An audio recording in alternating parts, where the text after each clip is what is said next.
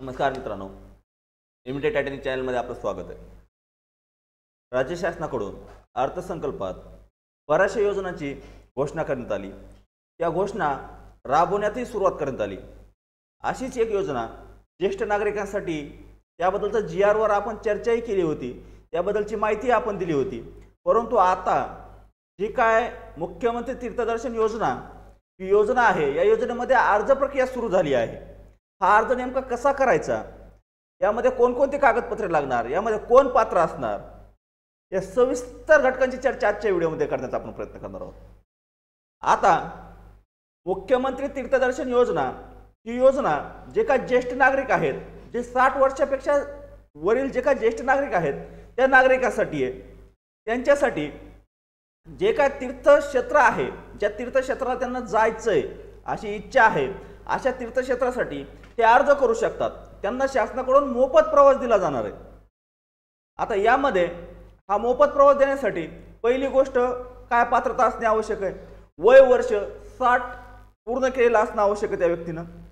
महाराष्ट्र राज्याची योजना म्हणल्यानंतर दरवेळेस प्रमाणे महाराष्ट्र राज्याचा रहिवासी असणं आवश्यक आहे.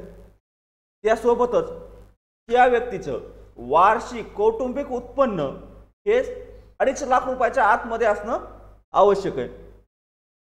त्यासोबतच जी ज्येष्ठ नागरिक व्यक्ती जी तीर्थयात्रासाठी अर्ज करणार आहे त्या व्यक्तीची आरोग्य स्थिती प्रवासायोग्य असणं हे आवश्यक आहे. त्या पद्धतीचं सर्टिफिकेट सुद्धा त्या ठिकाणी आपल्याला द्यावं लागणार. आता आपण अर्जामध्ये पाहणार आहोत की त्या अर्जामध्ये कोणतं सर्टिफिकेट कोणासाठी कधी भरून द्यायचं त्याची माहिती आपण त्या ठिकाणी घेऊयात.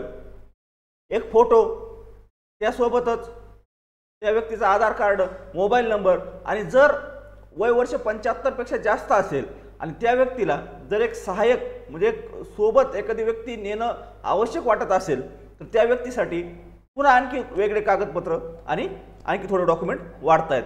ते स्वयं घोषणापत्र असतील, तो अर्ज प्रक्रिया असेल, याची सविस्तर चर्चा या व्हिडिओमध्ये आपण करण्याचा प्रयत्न करूयात. जर चॅनलवर पहिल्यांदा आला असाल तर चॅनलला सबस्क्राईब करा. व्हिडिओ जर आवडला तर व्हिडिओला लाईक करायला विसरू नका. आणि हो, अशा ज्येष्ठ नागरिकांपर्यंत हा व्हिडिओ शेअर करायला विसरू नका ज्यांना तीर्थक्षेत्राला जायचंय, परंतु त्यांच्या काही आर्थिक अडचणी असतील, काही आर्थिक समस्या असतील, त्यामुळे ते जाऊ शकत नाहीत. त्यांना हा अर्ज करण्यासाठी प्रोत्साहन करा किंवा थोडं सहकार्य करण्याचा प्रयत्न करा. तर चला डायरेक्ट अर्ज कसा करायचा, कोठे करायचा याबद्दलची माहिती आपण पाहूयात. आपल्यासमोर हा अर्ज आहे. आता बऱ्याचशा जणांकडून आणखी काही गोष्टी विचारण्यात आल्या होत्या की हा ऑनलाईन अर्ज आहे का. सद्यस्थितीमध्ये सध्या तरी यासाठी ऑनलाईन पोर्टल किंवा ऑनलाईन अर्ज नाही आहे. शासन यासाठी ऑफलाईन पद्धतीनेच अर्ज स्वीकारते. आता यामध्ये या अर्जाचा नमुना जो आहे तो मी आपल्याला डिस्क्रिप्शनमध्ये देण्याचा प्रयत्न करतो, त्या ठिकाणाहून सुद्धा तुम्ही हा अर्ज डाउनलोड करू शकता. आता या ठिकाणी मुख्यमंत्री तीर्थदर्शन योजना अर्जाचा नमुना, ऑफलाईन अर्ज करण्याची मुदत 31/10/2024 म्हणजे 31 ऑक्टोबर पर्यंत हे अर्ज करता येणार आहेत. आता हे अर्ज बरंच आधी आपण अर्ज कसा भरायचा, काय काय माहिती विचारते यावर चर्चा करू. त्यानंतर अर्ज कोठे सबमिट करायचा त्याबद्दल चर्चा करू. आता या ठिकाणी अध्यक्ष, या ठिकाणी तुमचा जो काय जिल्हा असेल तो जिल्हा टाकायचा. एवढा काय विशेष फॉर्म नाही आहे, थोडा एक बेसिक मी तुम्हाला सांगण्याचा प्रयत्न करतो.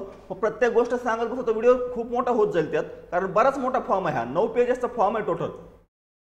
त्यामुळं 9 पेजेस प्रत्येकासाठी लागणार नाही आहेत. 75 वर्षाच्या पुढच्या लोकांसाठी हे 9 लागणार आहेत. त्याच्या आतील जे असतील त्यांना ते लागणार नाहीत, हे लक्षात असू द्या.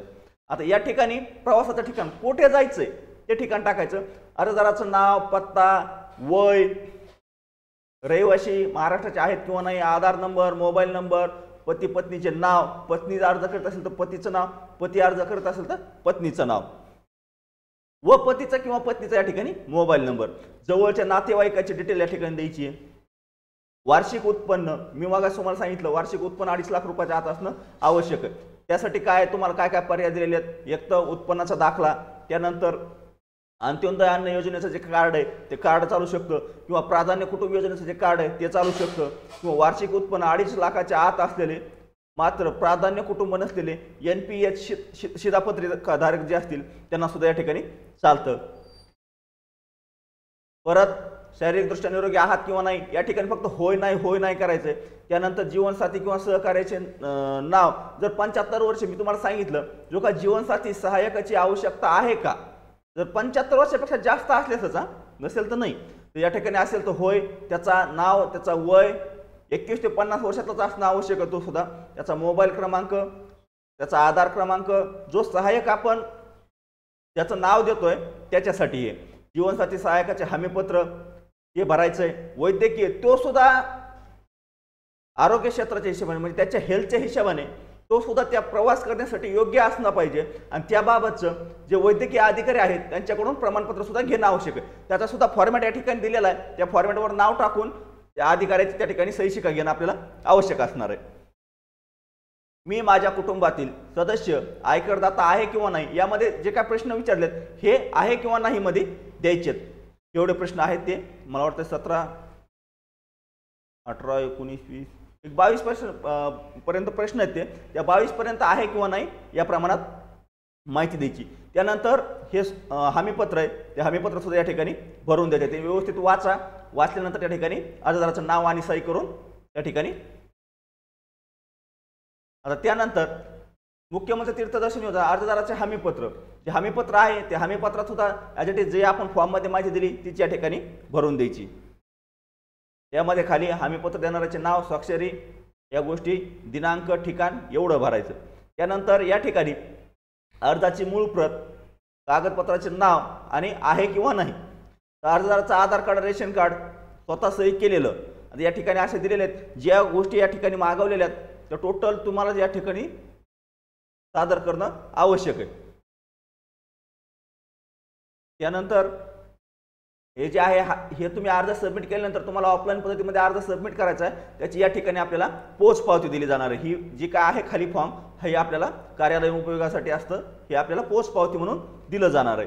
त्यानंतर वैद्यकीय प्रमाणपत्राचा जो काय फॉर्मॅट आहे तो हा फॉर्मॅट आहे। या फॉर्मॅटमध्ये नाव, गाव, वय सगळ्या गोष्टी भरायच्या आणि त्या ठिकाणी जे काय अधिकारी आहे आपल्या संबंधित अधिकारी जो असेल त्या अधिकाऱ्याच्या ठिकाणी सही आणि शिक्का घ्यायचा। त्यानंतर जवळचे नातेवाईक, एखादा जर नातेवाईक न्यायचं असेल तर त्याच्यासाठी आता हे प्रत्येकासाठी नाही लागणार, परंतु ज्याला सहाय्यक नेणं आवश्यक आहे, ज्यांचं वय 75 वर्षापेक्षा जास्त आहे त्यांच्यासाठी फक्त हा फॉर्म। सहाय्यकाचे हमीपत्र जो सहाय्यक आहे त्याचे सुद्धा हमीपत्र, त्या जो सहाय्यक तुम्ही नेणार आहात त्या सहाय्यकाचे पूर्ण डॉक्युमेंट तुम्हाला या ठिकाणी द्यावे लागणार आहेत। जेवढे तुम्हाला अर्जदार व्यक्तीचे लागणार आहेत तेवढेच तुम्हाला सहाय्यकाचे सुद्धा डॉक्युमेंट द्यावे लागणार। फक्त सहाय्यक हा विषय काय की ज्याचं वय कमी असताना देखील तो व्यक्ती त्या ठिकाणी जाऊ शकतोय, एवढाच फक्त चान्स त्यामध्ये आहे त्यांना।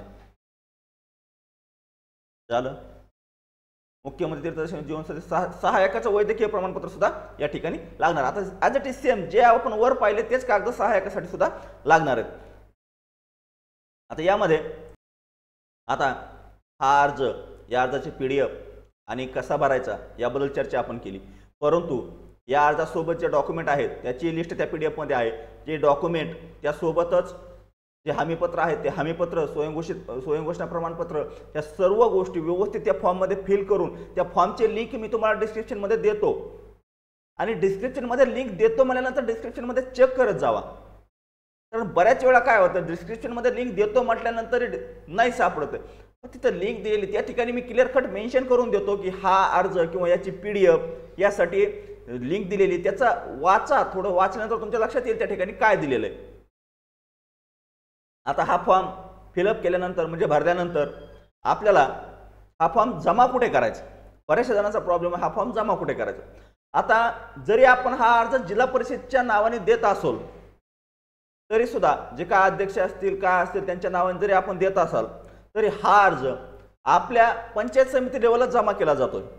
जसं आपण मागच्या वेळेस, आता मागच्या वेळेस व्हिडिओ बघणारी कॅटेगरी वेगळी होती, ह्यावेळेस मला वाटतं वेगळी असेल, परंतु जे आपण योजना दूतसाठी जे अर्ज आपण पंचायत समितीला सादर केले होते त्याच प्रमाणात त्याच ह्याच्यानुसार त्याच पद्धतीनुसार हे अर्ज सुद्धा आपल्याला पंचायत समिती या ठिकाणी सादर करण्याची सूचना दिलेल्या आहेत। आता हे अर्ज यासोबतचे कागदपत्र, हे हमीपत्र, या सर्व गोष्टी, याचा GR जर तुम्हाला पाहायचा असेल तर GR ची सुद्धा लिंक खाली डिस्क्रिप्शन मध्ये देतो।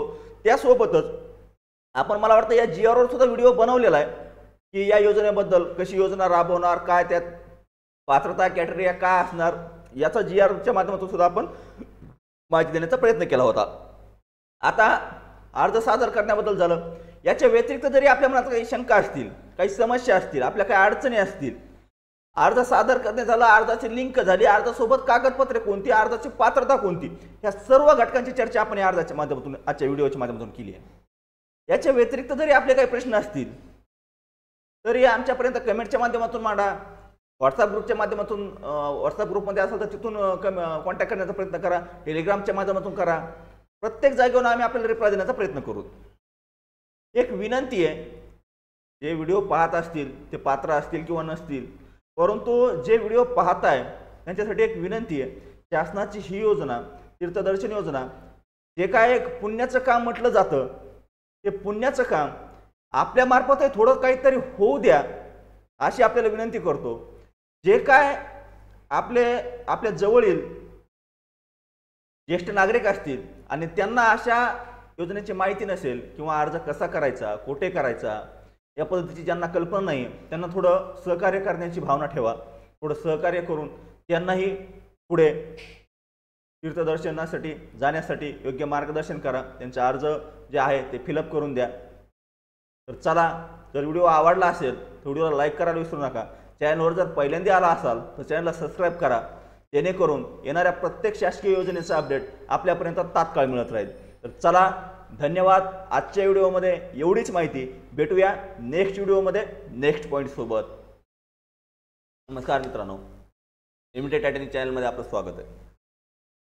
राज्य शासनाकडून अर्थसंकल्पात बऱ्याचशा योजनांची घोषणा करण्यात आली.